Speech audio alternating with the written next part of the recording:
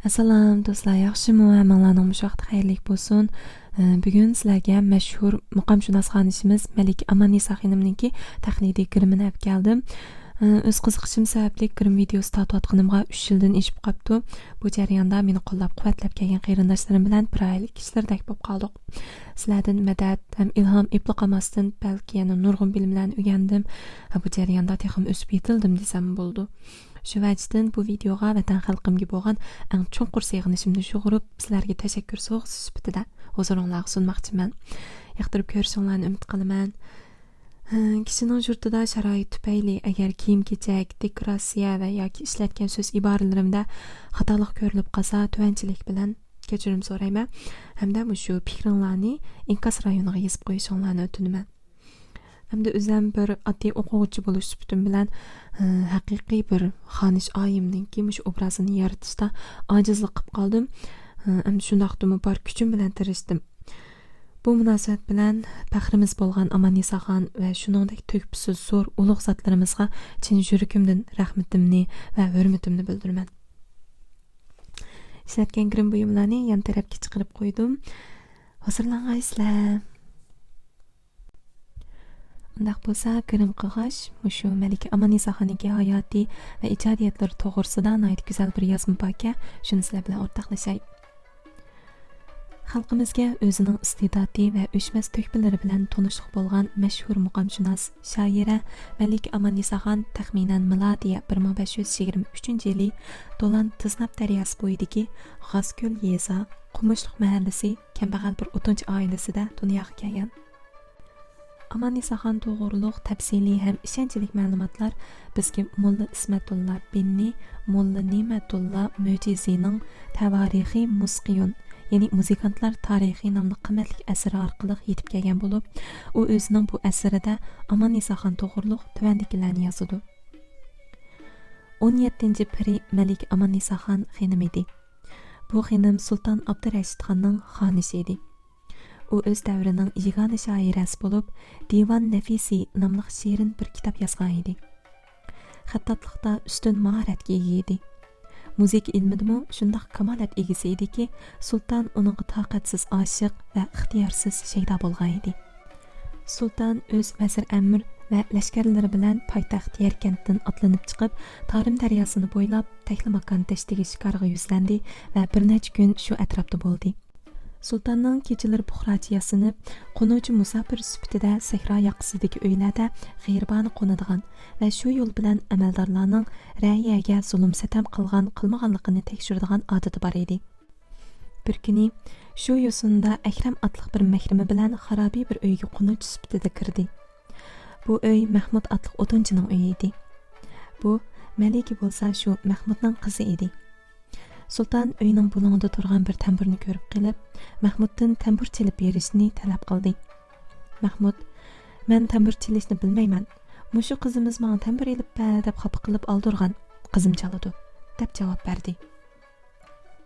Sultan: "Ams qizingiz cheppasin" dedi. Mahmud qiziga amr qildi. Qiz tamburni elib, panjgoh muqomiga shundoq bir chaldiki, Sultan hayron qoldi. Bo'libmi qiz o'zi yozgan bir she'rni muqomga selib o'qiganda Sulton qizning muhabbatida kuyib behush bo'lib ketdi. She'rning boshlanma beyti mundaq edi: "Sana yuz shukr ya Rab bizga adil podshoh qilding. Faqir miskinga Abdurashid xonni panoh qilding." Bu g'azalning tushirgan beyti mundaq bog'langan edi: "Nafisi kecha kunduz qil duo Tangri taqdisiga. Ki shohing haqida qilmay duo qattiq gunoh qilding." G'azal tamom bo'lishiga Sulton aldirab, "Nafisi degan shoir kim? Siz bu g'azalni nerdan o'rgangan?" deb so'ragan edi. "Xalqning g'azalini nima yod elib o'qimdikan? Men Navoiy, Fuzuli, Zalilining she'rlaridan boshqani o'qimayman. Bu g'azal o'zimning. Nafisi degan mening taxallusim" deb javob berdi. Sulton uning qancha yoshga kirganligini so'ragan edi. Otasi 13 yoshga kirdi deb javob berdi. Sulton texim hayron bo'ldi.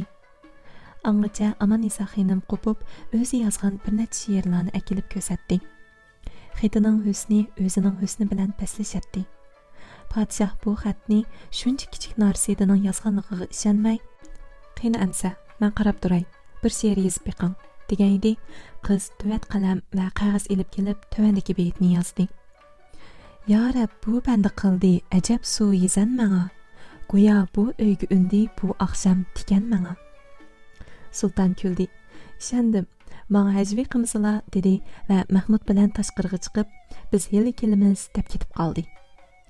U lashkargohiga berib, vazir əmirlərə bolğan ahvalını bayan qıldı. Beşiği taj kiyib, üstiga davoj yapdı. Dərhal 10 qoy və atlaslar tayyorlandı. Tün yerimida 40 kishi Mahmudning uyiga kelib, maqsadni bayon qildi. Podshoh o'zini oshkor qilib, to'y qilib qizni nikohiga oldi. Bu qizning aql parastini ta'riflab o'ldirishning hech hojati yo'q. Divan Nafisini yozdi. Xotin qizlarga nasihat qilish mazmunidagi axloqiy jamila, ya'ni go'zal axloq nomli kitob yozdi. Shuruhul qulub, ya'ni qalblar sharhi nomli bir risola yozdi.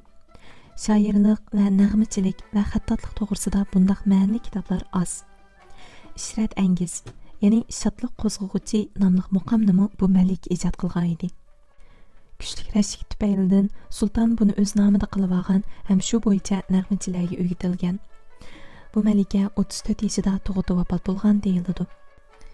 Malika olamdan o'tgandan keyin sulton o'zini o'ltirvog'idek holga yetib, savdoyilik kasaliga mubtalo bo'ldi.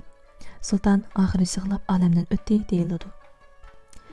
Yuqorqi tarixiy materiallardan shuni bilib olishga bo'ldiki, Malika Amanisaxon bir oddiy, kambag'al o'tinch oilasida dunyoga kelgan. O'zining go'zal latofati va bilimi bilan sultonning yoqtirishiga erishib, uning bilan to'y qilgan. Malika Amanisaxon o'rtaga kirgandan keyin sulton Abdurashidxonning haqiqiy sevgisiga erishgan. El arasiga berib muqomni qizish, to'plash, ratlash, yurishlashtirishdan iborat buyuk ishda uning qo'llashiga ham himoya qilishiga erishgan bo'lsa-mu, o'rdadagi bir qism mutassib vazir vaziralar va xo'ja eshonlar birlashib uningga o'kt qo'ygan. Ular o'rdani muqomchilar egilab ketdi. Qo'llariga sas tutishib olgan zidipas tejmanlar xohlagancha kirib, o'rdani qalandaxonaga aylantirib qo'ydi. Xonliqning xazinasidan nurg'un aqchilar behuda xashinib ketdi. Degandek shikoyatlarni qilib, muqomdan iborat bu buyuk ma'naviy ruh xazinasini yo'qotib etmoqchi bo'lishgan. Malika Amanisaxon xonim ana shundoq chatki qiqish, yoshirun ahonat qilishlarga chidab, muqom ratlash, she'r yozish ishlarini bir kun to'xtatib qo'ymagan. Qidirxon Yerkandidek mashhur muqom ustozlari uningga har jihatdan yordamda bo'lgan. Sulton Abdurashidxonmi qat'iy niyatga kelib, uni qo'llagan. Biroq zaman chaqi ta'tib cho'glab, ayollar orasidan chiqqan bu latofatlik, bilimlik Qaysar muqom xonisi taxminan milodiya 1557-yili o'rtada tug'ut ustida vafot bo'lgan. U vafot bo'lishning oldida vasiyat qilib mundaq degan: "Men bu olamdan ketaman. Elning ma'rifati uchun bir umr tirishdim. Buningdan boshqa sarmoyam, yaxshi xislat, fazilatim yo'q. O'z hayotimda yezib chiqqan ma'naviy umidim, g'azinamni baqiy olamga ilib ketay. Qumush qalamlarimning qiyrindishi bilan suv isitib meni jo'yingla." Malika Roziyaning yoqut yezqi bilan yozilgan mazhab sherifni tex ko'chirib bo'lamagan edim. Qizlarning biri oxirini yezib elga taqdim qilsin. Fatima binni Ahmadning xushxatni bilan qabrimga xotira yozinglar. Shundoq qilib, Uyg'ur xalqining bebaho go'hiri bo'lgan 12 muqomni ratlash, yurishlash, el arasiga tarqitish ishlariga nihoyat zo'r to'hfalarni qo'shgan. Xalqning madaniyat, adabiyot, san'at ishlarining rivojlanishi uchun yurak qinini sarf qilgan bu yalqinliq yurak so'qishdan bemahal to'xtagan bo'lsa-mu, lekin uning shu o'chmas to'hfalarining sharpitiga xalqimiz uni toki hozirgacha qalbining chunqur qitida saqlab, nomini yodlab, uning xotirasi uchun obidalarni qottirib, ruhini tavob qilib kelmoqda, ham kelgusidimi uning muborak muqom xonishlik nomi avlodlar qalbida mangu o'rnig'isi.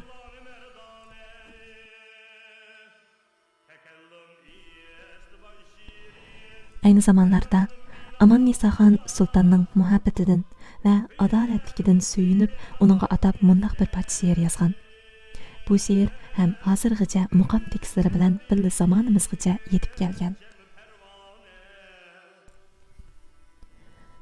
Kishi keldi, jahonga ko'rdi tangsizlik balosini. Xudovandi qabul qilg'in faqirlar ilticasini. Adalet birli dunyaga hüküm sürse ulug' xislat. Şoňa el baş panah derler diyarın padişahini. Çimende gül içilganda kılır bulbul necik taqat. Şu çağ bulbul turalamdu jaranglatmay navasini. Haqiqat ve adaletning ulug' serdarini yatlap, Nafise çaldı şükrane kılıp bu pencigahini.